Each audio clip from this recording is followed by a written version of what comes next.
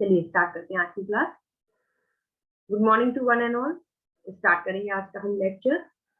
Previous class में हमने protection of woman from domestic violence act 2006 जो है हमारा, उसका हमने 2005 जो है हमारा, उसमें हमने क्या पढ़ लिया था, सारी जितनी भी सेक्शन थे वो हम कंप्लीट कर चुके हैं। इस एक्ट की टोटल इसमें चैप्टर 5 से सेक्शन 37 की जो हम कंप्लीट कर चुके हैं। लेकिन एग्जाम में जो एमपीडीएलओ का एग्जाम है और एमपीएडीपीओ का भी एग्जाम है या अदर स्टेट एपीओ में भी होते, तो कई कई जगह पे इसमें जो रूल्स दिए हुए हैं पीछे, घरेलू हिंसा से महिलाओं का संरक्षण अधिनियम, संरक्षण नियम 2006 रूल्स है ना, the protection of women from domestic violence rules 2006। तो ये जो है पूछ ही रहे हैं अभी इस एग्जाम में, रिसेंट एग्जाम जो भी होने वाले हैं डीएलएओ का और एडीपीओ का। तो ये रूल्स जो है आज हम पढ़ेंगे। तो टोटल इसमें 17 रूल्स हैं, ध्यान रखना है आपको। कितने रूल्स हैं टोटल? 17 रूल हैं। और कौन से ईयर के हैं ये? 2006 ईयर के पूछे जा रहे हैं, अभी वही बने हुए हैं। तो टोटल 17 रूल्स हैं। तो स्टार्ट करते हैं। मैं स्क्रीन शेयर कर देती हूँ आपको। बेयर एक्ट में ही आपको ये रूल्स पीछे मिल जाएंगे, ठीक है? जो आपका बेयर एक्ट रहेगा उसमें ही ये रूल्स पीछे दिए हुए हैं।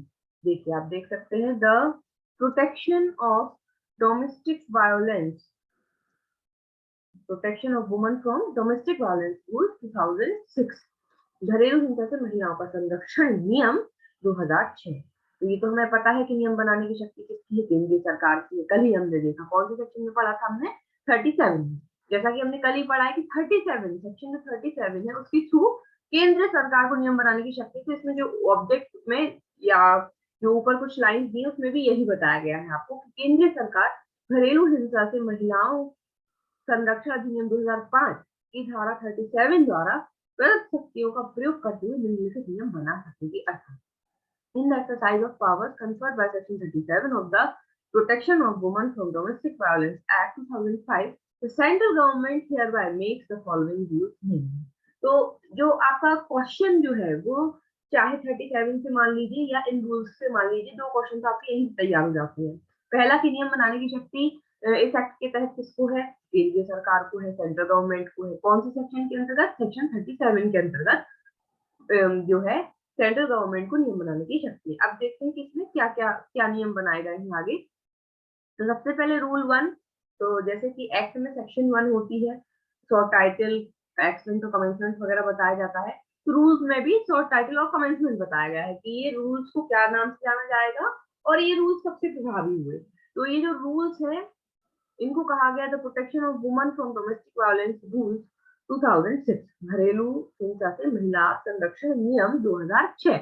और ये लागू कब से हुए? 26 डे ऑफ अक्टूबर 2006, 26 अक्टूबर 2006। तो अच्छी बात ये है कि आपको अलग से डेट याद नहीं करना पड़ेगा। जिस तारीख को ये एक्ट लागू हुआ है उसी तारीख को नियम भी लागू हुए, ठीक है?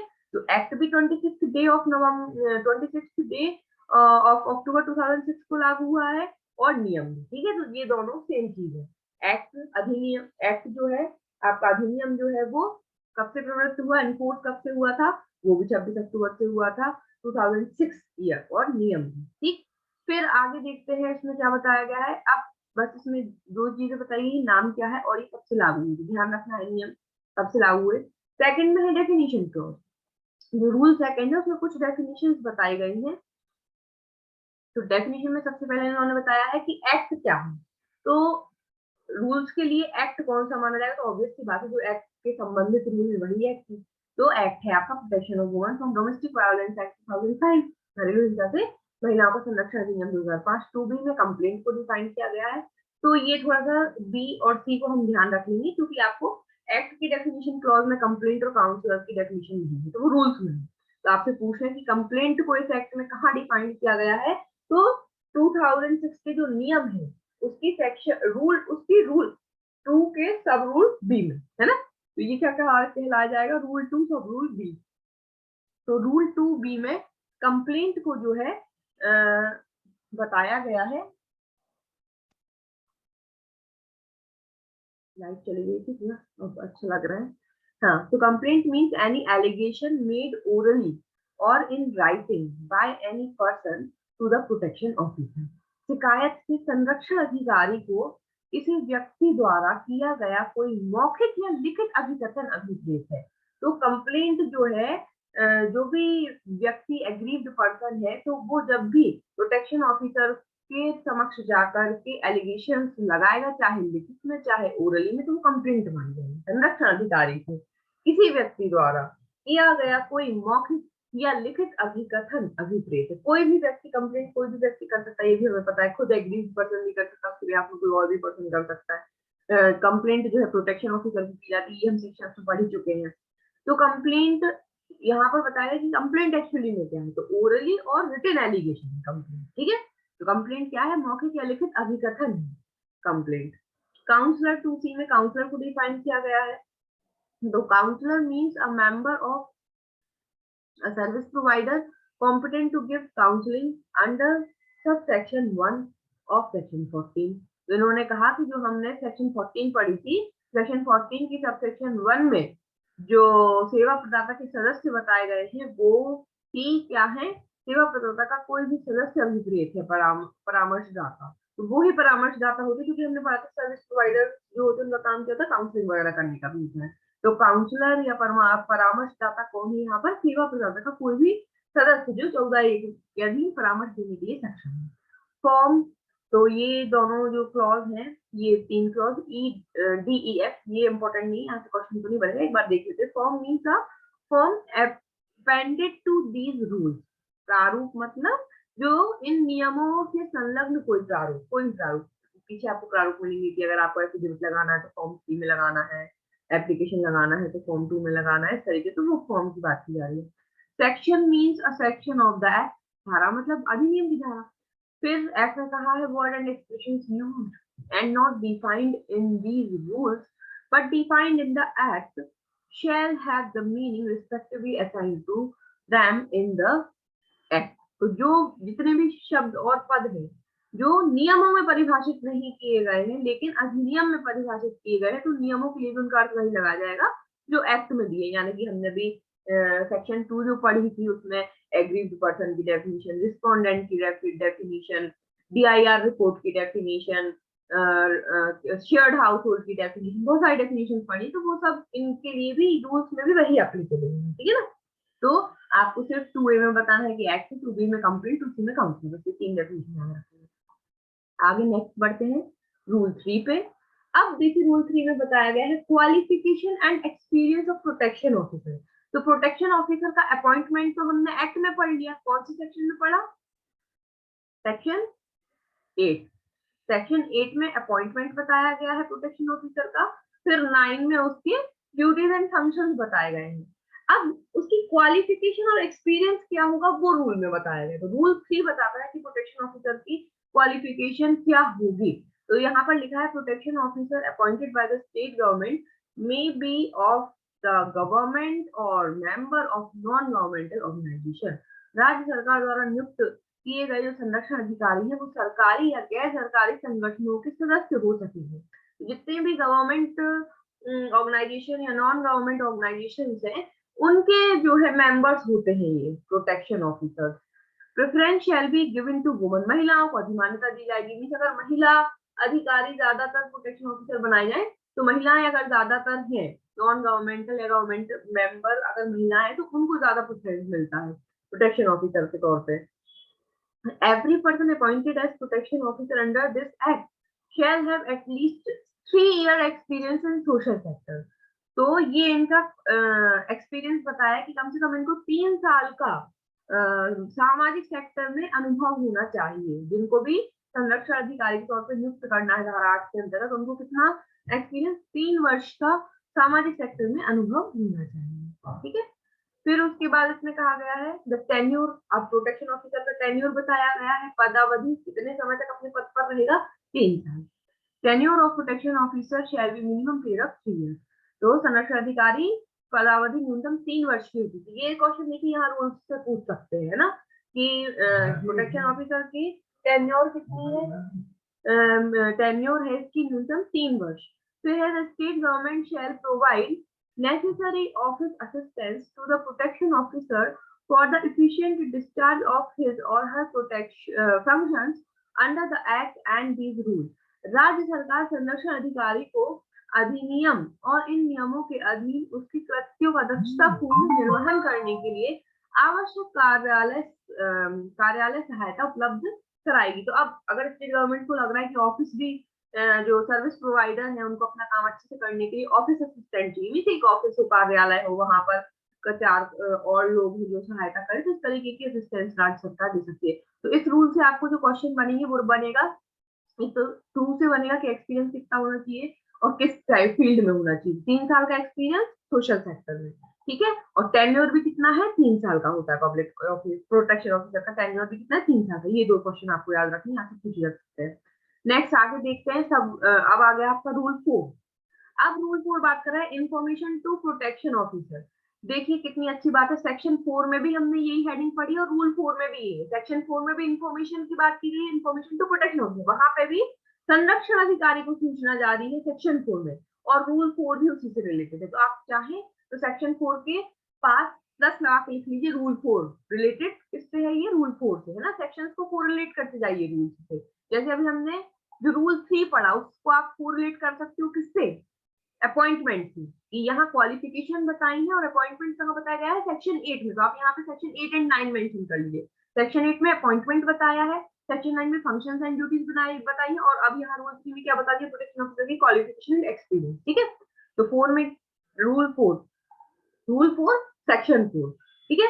Any person who has reason to believe that an act of domestic violence has been or is likely to be committed may give information about to protection officer having jurisdiction in that area। ये तो बिल्कुल language same है। Same section 4 में भी लिखा है कि अगर कोई व्यक्ति जिसके पास विश्वास करने का कारण है कि घरेलू हिंसा का कोई कृत्य हुआ है या हो रहा है या होने की संभावना है, इसके बारे में वह सूचना उस क्षेत्र में अधिकारिता रखने वाले संरक्षण अधिकारी को देगा। इतनी बात सेक्शन 4 में भी लिखा है, लेकिन यहाँ एक्स्ट्रा क्या है, वो सूचना देगा कैसे, तरीका बताया है रूल में। तो वो ओरली दे सकता है या रिटन में दे सकता है। तो हिंदी में भी अंडरलाइन कर लीजिए, मौखिक रूप से या लिखित रूप में देगा, ठीक है। ये आपको कहाँ मिलेगा, रूल 4 में। तो आपसे क्वेश्चन किस तरीके से फ्रेम हो सकता है कि सेक्शन 4 के अंतर्गत जो प्रोटेक्शन ऑफिसर को इंफॉर्मेशन कोई भी व्यक्ति दे सकता है, वो किस रूप में दे सकता है।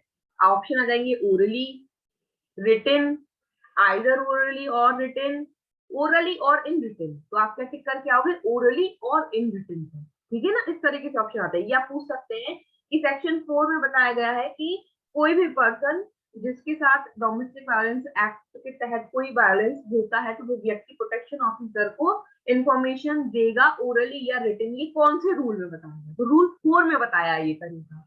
ये 2 क्वेश्चन आपके यहाँ से बन सकते हैं, ठीक है ना। अब है सेक्शन 2।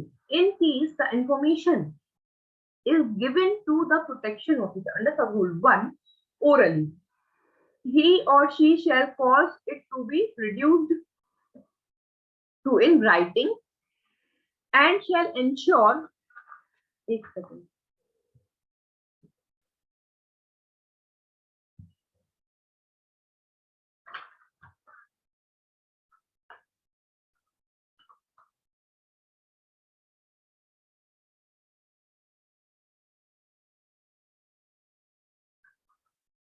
ठीक है।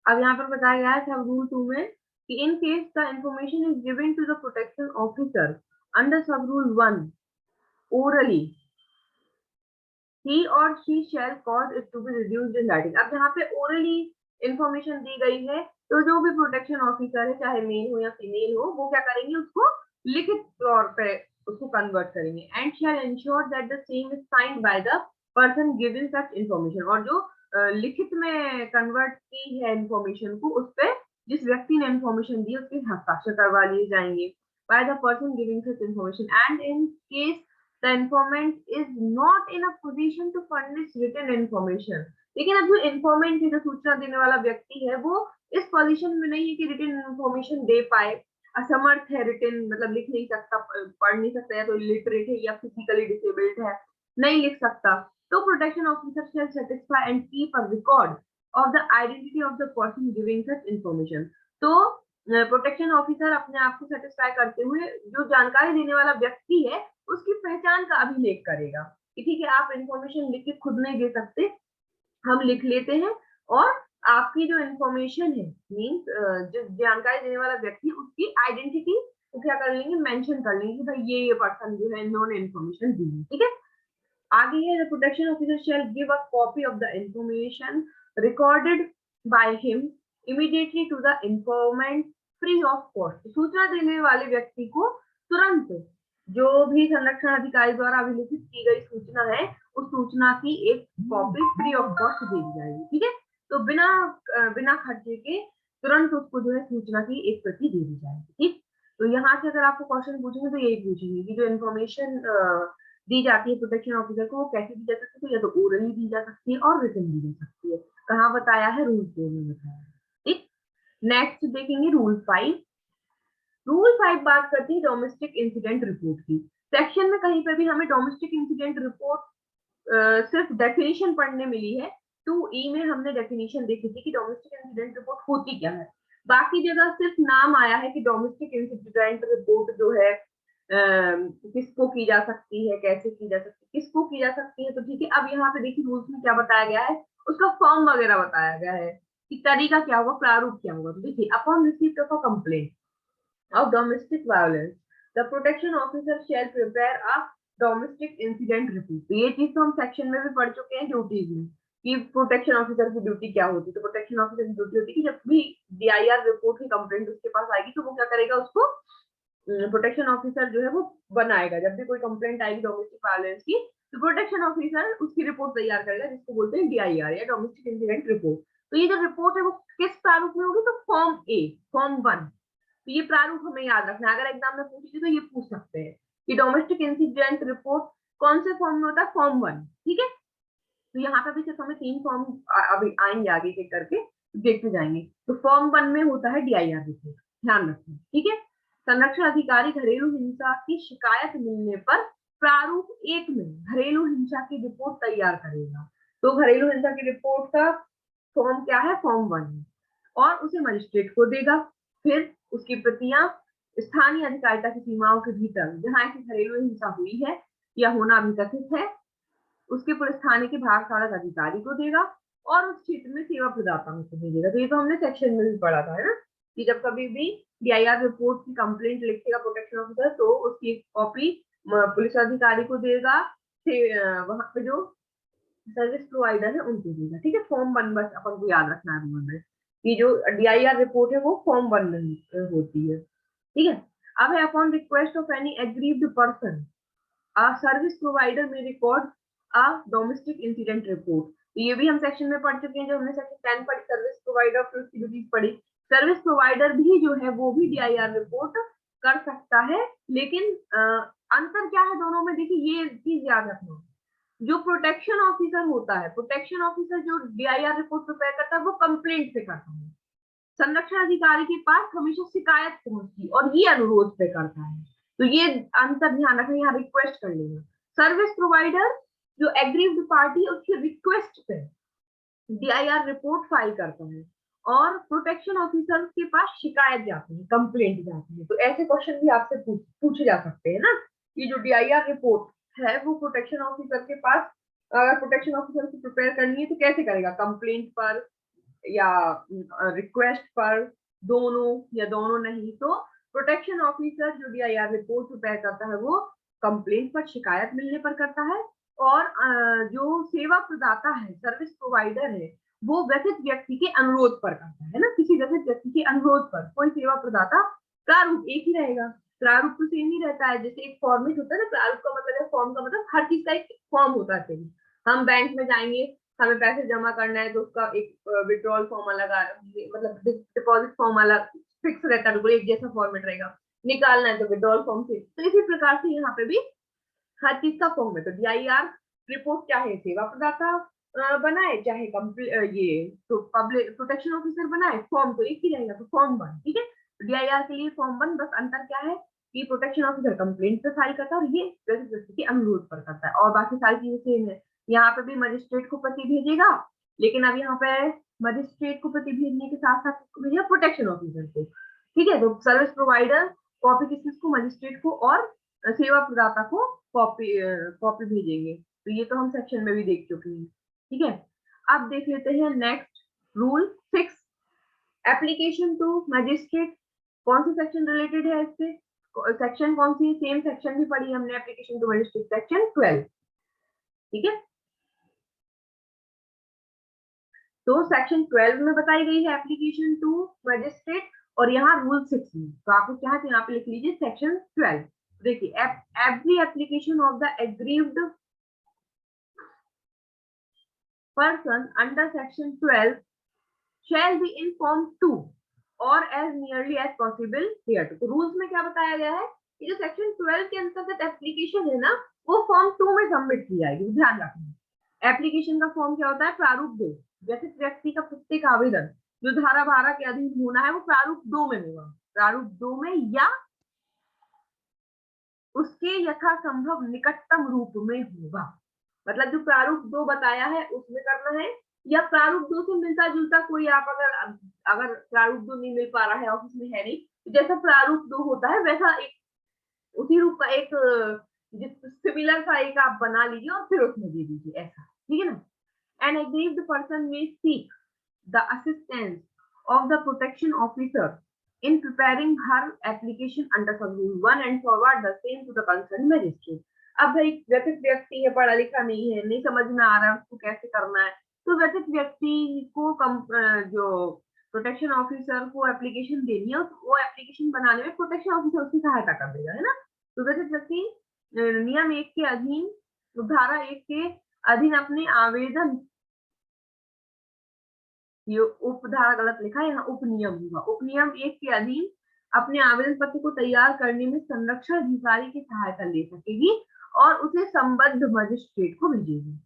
अब है, in case the aggrieved person is illiterate, the protection officer shall read over the application and explain to her the contents thereof. अब अगर व्यक्ति अशिक्षित है, पढ़ी लिखी नहीं है, तो उस दशा में जो भी आवेदन उसके द्वारा बनाया गया है तो उसको पढ़कर सुनाएगा और उसके अंतर्वस्तु को भी समझाएगा कि भाई देखो ऐसी ऐसी चीजें आवेदन में लिखी है। एफिडेविट हमने पढ़ा था कि एफिडेविट लगता है 23 सबसेक्शन 2 में पढ़ा था। तो ये जो एफिडेविट है इसका है फॉर्म 3, ध्यान रखना, एफिडेविट का क्या है, फॉर्म 3, बस ये याद रखना है। धारा 23 धारा 2 के अधीन फाइल किए जाने वाले शपथ पत्र प्रारूप 3 में होगा। ठीक, the application under section 12 shall be dealt with and the order enforced in the same manner laid down under section 125 of the CRPC। आवेदन धारा 12 के अधीन निपटाए जाएंगे और आदेशों का प्रवर्तन सीआरपीसी की धारा 125 के अकॉर्डिंग होगा। तो यहाँ पर क्या बोला है कि जो एप्लीकेशन फाइल कर रहे हैं ना सेक्शन 12 में, तो उसका डिस्पोजल जो होना है, एप्लीकेशन को डिस्पोजल होना है, वो तो सेक्शन 12 के हिसाब से होगा इस एक्ट की। घरेलू हिंसा से महिलाओं के संरक्षण अधिनियम की धारा 12 के अनुसार निपटाए जाएंगे आवेदन। लेकिन फिर उस आवेदन में जो एप्लीकेशन लगाई है, तो मजिस्ट्रेट उस एप्लीकेशन में जो भी ऑर्डर्स देंगे ना, तो ऑर्डर का जो एग्जीक्यूशन कराना है, एग्जीक्यूशन प्रोसीजरल लॉ के हिसाब से होगा, क्योंकि एग्जीक्यूशन तो हमेशा प्रोसीजरल लॉ में ही बताया जाता है।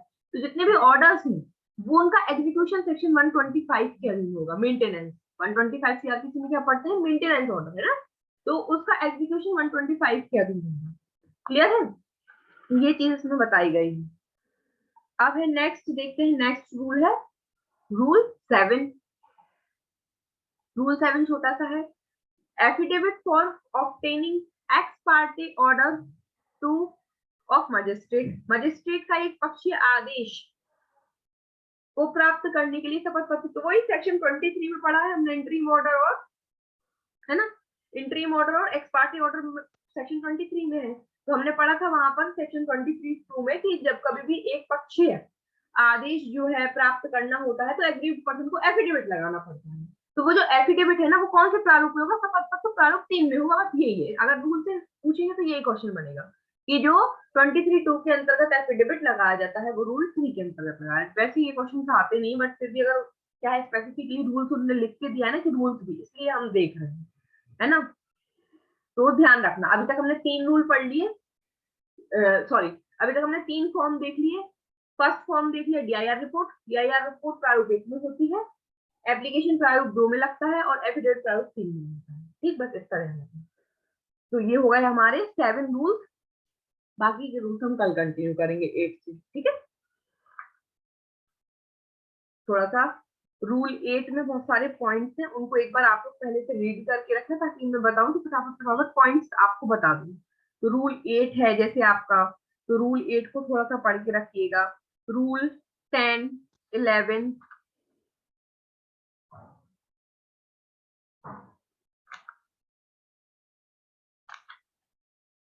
14, ठीक है, रूल 10, 11 और 14 को एक बार पढ़ कर रखना, क्योंकि इसमें बहुत सारी सब रूल्स हैं, तो इजीली समझ में आएगा अगर पहले से आप लोग पढ़ कर रखेंगे। ठीक है, तो आज की क्लास में रूल 7 तक हो गया, नेक्स्ट क्लास में आगे कंटिन्यू। कोई डाउट है रूल्स में? अगर नहीं तुमको समझ में आया तो पूछना है क्या?